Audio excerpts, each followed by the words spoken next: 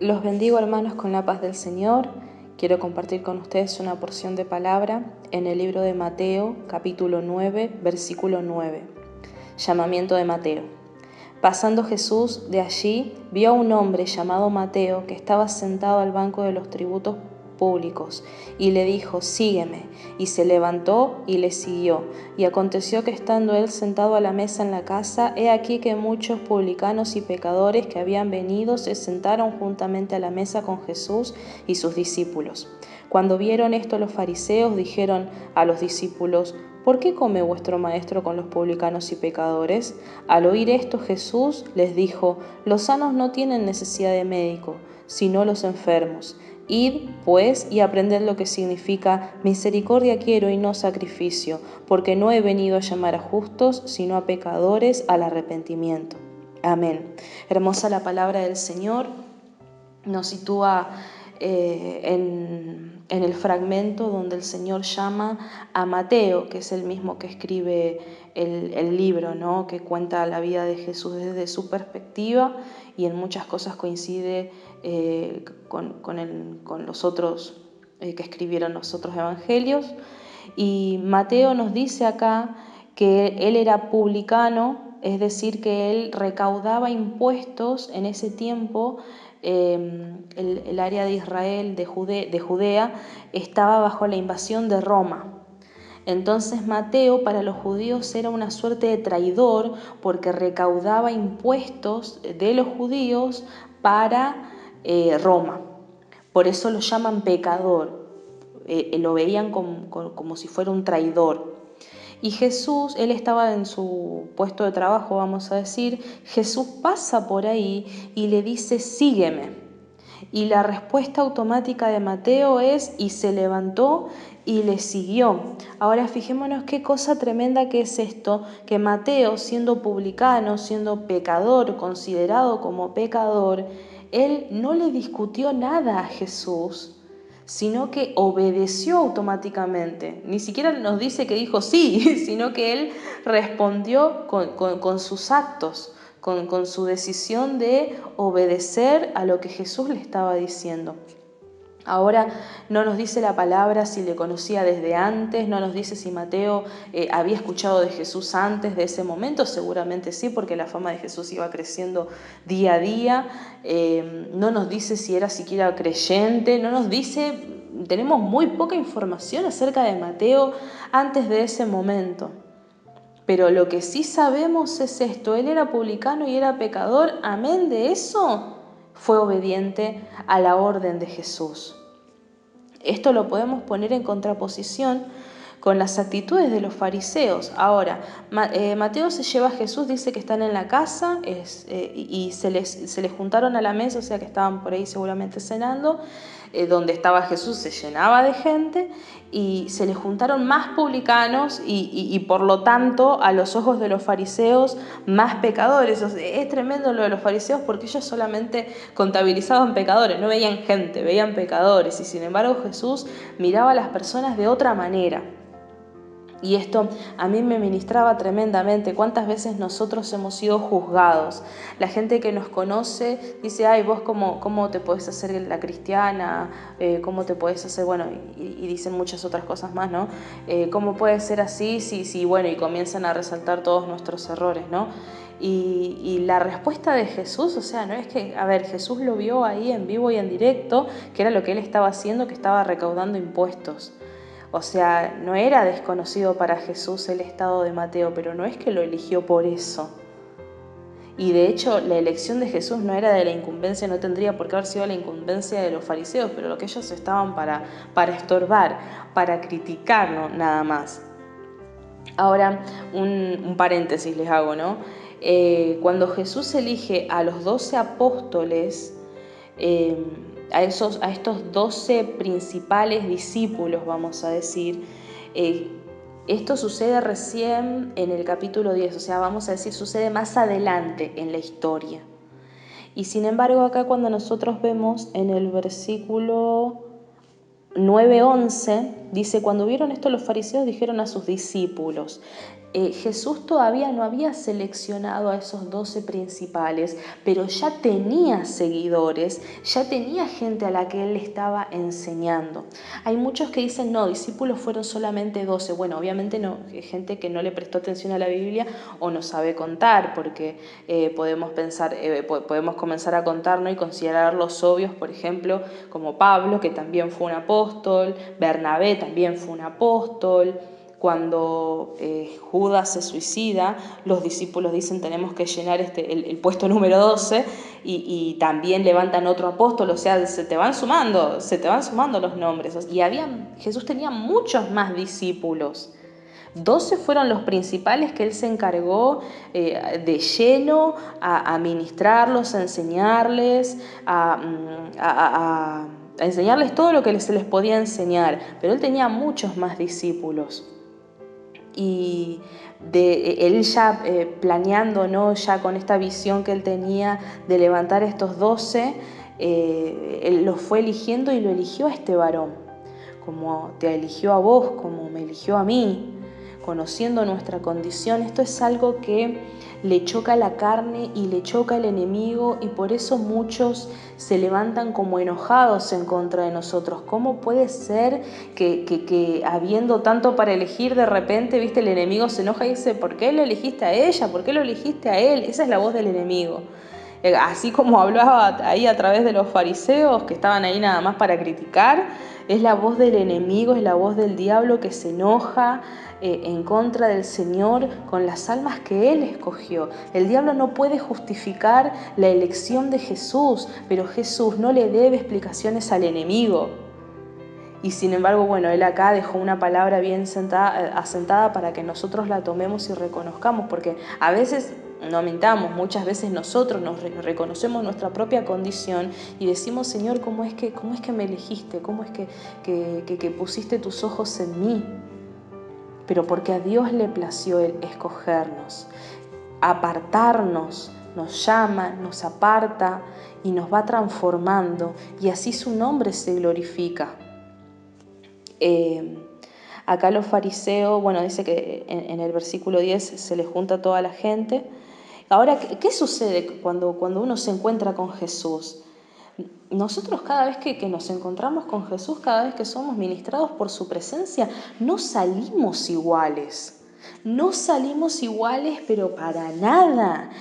Hay una diferencia, no solamente desde la primera vez que escuchamos su palabra y que hicimos la oración de fe, sino de cada encuentro que tenemos con Jesús, salimos diferentes, porque la palabra de Cristo viene a remover cosas viejas, sacarlas, hace una limpieza e instaura lo nuevo, y eso es un trabajo de siempre, que no terminó en un solo momento. Ahora vemos que la diferencia que sucede entre la experiencia de Mateo y la experiencia de los fariseos, de ese criticado publicano y pecador, y esos fariseos que aparentemente caminaban en línea recta. De estos dos tipos de personas, ¿quién salió diferente? ¿Quién salió con salvación? ¿Quién salió, sanidad? ¿Quién salió caminando de manera diferente? ¿Quién salió bendecido y prosperado en su vida? Ese que, siendo pecador, admitió su pecado, se arrepintió, ese es el que se acercó a Jesús y que le obedeció, en ese primer momento le obedeció. Ese salió diferente. Los fariseos seguían siempre los mismos.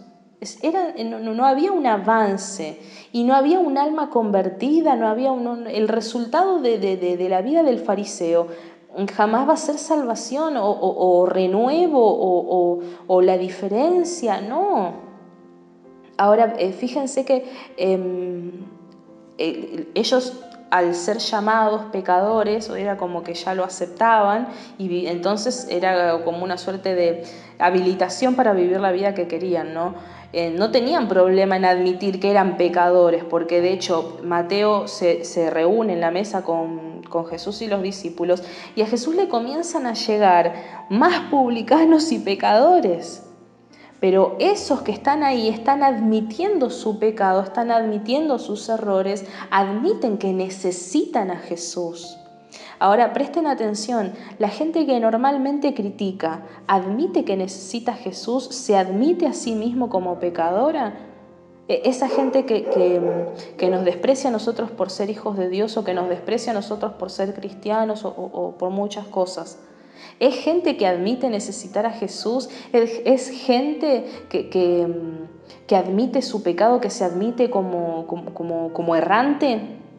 Normalmente no. Y lamentablemente una persona que no puede arrepentirse ante Jesús es una persona que lamentablemente no va a cambiar. Cuando los fariseos sueltan estas críticas, dice: ¿por qué come vuestro maestro con publicanos y pecadores? Al oír esto, Jesús les dijo: los sanos no tienen necesidad de médico, sino los enfermos. Ahora yo digo, qué triste, porque vemos el resultado de la vida de Mateo y el resultado de la vida de los fariseos. ¿Y quién se llevó la mejor parte? Estamos ahí como podemos retomar el ejemplo de Marta y María. Aquel que admite que necesita a Jesús, aquel que se admite pecador, pecadora, que se admite errante, esa persona que reconoce y dice: sí, yo erro, tengo errores, tengo pecados, pero a mí el Señor me hizo, yo lo necesito al Señor, todos los días voy a necesitar al Señor y el Señor me va renovando y me va cambiando. Ahora, para admitir eso se necesita un coraje y un espíritu muy humilde, y es una decisión muy importante. El que es cobarde y el que es soberbio, normalmente son cosas que van de la mano, el que es cobarde y soberbio no va a admitir que necesita a Jesús porque no le gusta reconocer que tiene errores. No es divertido tampoco, no es que uno se divierte mucho reconociendo que tiene errores, pero sabemos que ese arrepentimiento nos acerca a Jesús. Mateo terminó como uno de los 12 principales, y los fariseos, o sea, es una multitud de gente que jamás llegó a ningún lado y que solamente estaban para criticar lo que Jesús hacía y la gente que seguía a Jesús. Ahora, el no admitir que le necesitaban, el no admitir que necesitamos a Jesús, nos priva de sus bendiciones.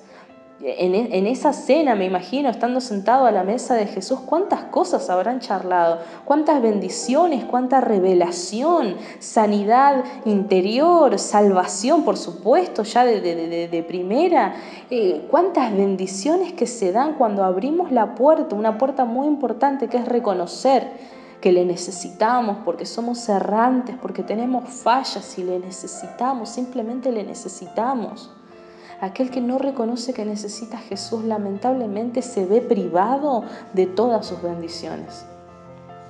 Dice: los sanos no tienen, esto se lo dijo Jesús, los sanos no tienen necesidad de médicos sino los enfermos. Id pues y aprended lo que significa misericordia quiero y no sacrificio, porque no he venido a llamar a justos sino a pecadores al arrepentimiento. Y es más, ese justos yo hasta me animaría a ponerlo como entre comillas, porque para Jesús la misericordia es justicia. La base de nuestro caminar no es ser perfectos a los ojos de los hombres, es ser perfectos a los ojos de Dios, que es la base primera, la misericordia. Ahí, como lo dijo Jesús, misericordia quiero y no sacrificio. No se trata de la perfección a los ojos naturales, sino la misericordia, esa misma misericordia que tuvo el Señor con nosotros, que Dios quiere que nosotros la tengamos con los demás. Y el Señor ya ahí comienza a gozarse de que tiene un pueblo que sabe amar. El que no es misericordioso no presenta ese mismo amor característico que tuvo el Señor con nosotros. Así que mi hermano, mi hermana, es tremendo, porque muchas veces nosotros nos podemos sentir así, como con todos mis errores el Señor me miró, me vio, me escogió, me llamó, me apartó y cada día va trabajando en mí. Yo sé que no lo merezco, pero el Señor siempre nos hace sentir merecedores y nos trae a memoria que fue su elección, no porque nosotros lo hayamos merecido, sino porque Él quiso.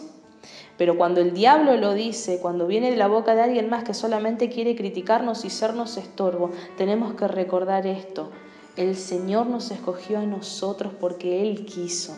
En Isaías capítulo 43, versículo 4 y 5 dice: porque a mis ojos fuiste de gran estima, fuiste honorable y yo te amé. Daré pues hombres por ti y naciones por tu vida. No temas porque yo estoy contigo. Del oriente traeré tu generación y del occidente te recogeré.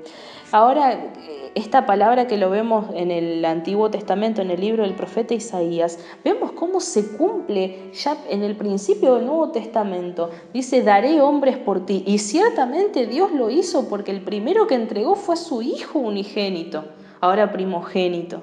O sea, el Señor cumplió esta palabra y para mí es algo tremendo, porque a mis ojos fuiste de gran estima. Al diablo le enoja tanto que Dios nos ame tanto a nosotros.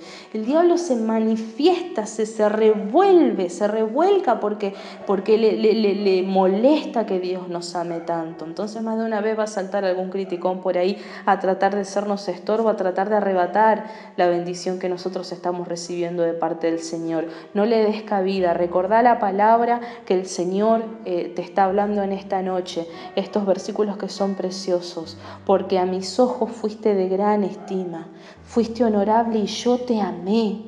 ¿Quién puede pelear contra el amor del Señor? ¿Quién puede decirle al Señor: elegiste mal? El diablo puede querer tratar de criticar la elección del Señor, pero vemos cómo el Señor defiende a capa y espada lo que Él escogió.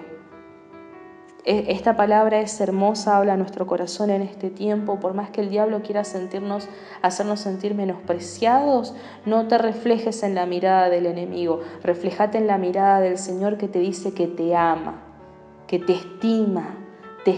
Para vos sos algo de gran estima, dice la palabra del Señor. Qué precioso ser tan estimados para el Señor.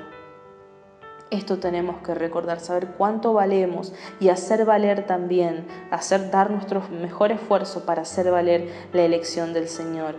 Cuando Jesús escogió a Mateo como uno de sus 12 principales discípulos, vemos que hubo ahí una fidelidad de parte de Mateo también. Hubo un feedback, una respuesta positiva de toda la administración que Jesús estaba dando, estaba sembrando en esa vida. Así que hay una gran recompensa para toda la iglesia del Señor, que le ama, que le sirve, que le es fiel, que le obedece. Yo los bendigo, hermanos, con la paz del Señor, que tengan una preciosa noche y que esta palabra les continúe ministrando.